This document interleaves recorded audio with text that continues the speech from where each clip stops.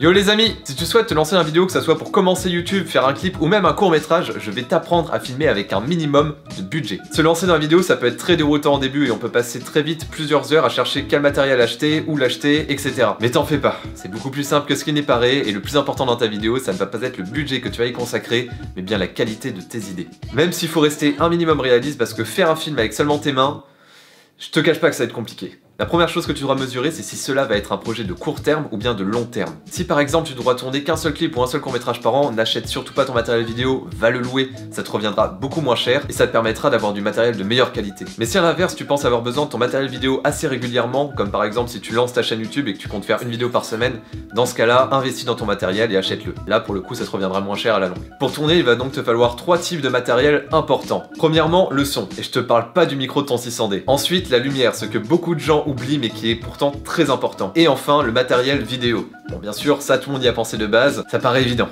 La qualité de ta vidéo dépendra donc de ces 3 matériaux qui sont pour moi essentiels. Pour le son, je te conseillerais de prendre une perche, un micro canon et un enregistreur externe. Alors c'est sûr que c'est beaucoup moins pratique que d'utiliser votre Vidéomic Pro branché directement sur votre boîtier. Mais avoir un son correctement enregistré, c'est ce qui va faire qu'au premier coup d'oreille, on va pouvoir déterminer si votre vidéo est de qualité ou pas. À titre de comparaison, là vous m'entendez avec mon micro et maintenant avec le son de mon iPhone 6S.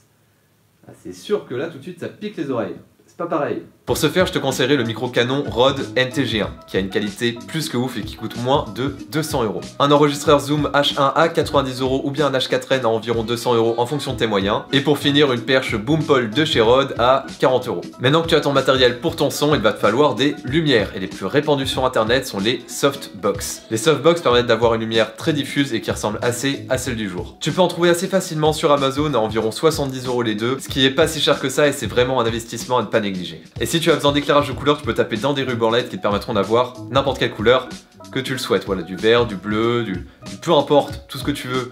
Tu te mets bien. Regardez.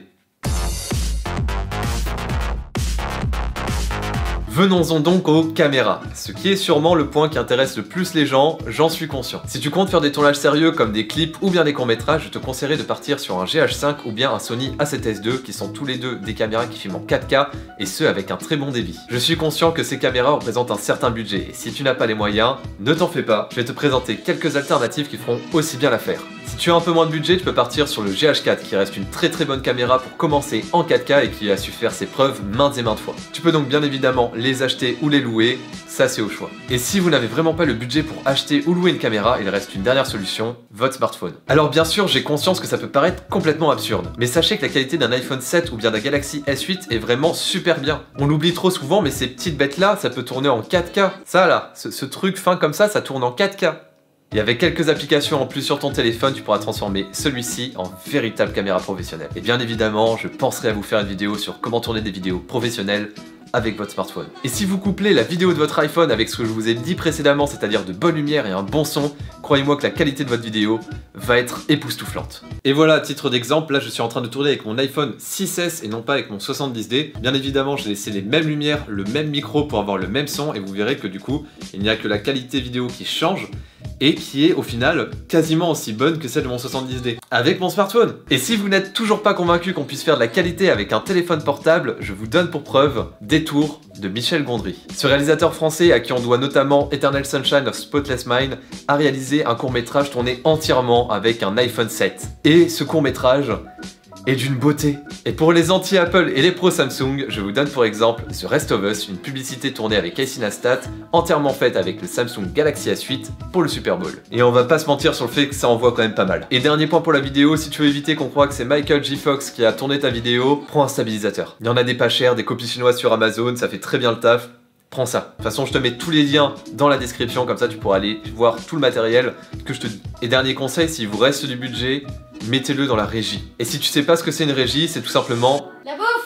Voilà, exactement. C'est un endroit sur un plateau de tournage où vont pouvoir aller les acteurs et l'équipe technique pour se rassasier, s'hydrater un peu, etc. Tu pourras y retrouver de l'eau, des boissons, du café, des sandwichs, des chips, ce que tu veux. En soi, tout ce qui est nécessaire pour rester en forme tout le long du tournage. Il vaut mieux commencer en ne payant pas vos équipes techniques mais en mettant cet argent dans la régie. Alors certes, les gens ne seront pas payés, mais au moins ils pourront travailler dans de bonnes conditions. Et votre tournage ressemblera plus à une partie de plaisir entre potes qu'à une corvée. Concernant la régie, je vous renvoie d'ailleurs vers cette vidéo de Devin Graham qui l'explique très bien. Donc voilà, surtout gardez bien à l'esprit qu'on peut faire beaucoup avec peu et que ce qui compte ce ne sont pas vos moyens, ce sont vos idées. N'oubliez pas comme d'habitude de laisser un pouce bleu afin de soutenir ma chaîne, de vous abonner, c'est très important si vous ne l'avez pas fait pour pas louper mes prochaines vidéos, parce qu'il y en a une toutes les semaines, donc abonne-toi. Et dites-moi en commentaire sur quel sujet vous voulez que je fasse ma prochaine vidéo. N'oubliez pas aussi de me soutenir sur Tipeee, c'est super important afin de m'aider à continuer mes vidéos, pour qu'il y en ait d'autres, parce que sinon ça serait dommage. Sur ce, c'était Louis, que la création soit avec vous, ciao. Hello. Hello. Hello, haters. Hello. Hello. Hello, haters. Et pour finir, une perche Boompole à environ 90 €. Putain, mais il me casse les couilles ce gamin. Ah, mais je vais aller lâcher. Mais ferme ta gueule! Putain de gamin! Mais je vais te niquer, hein!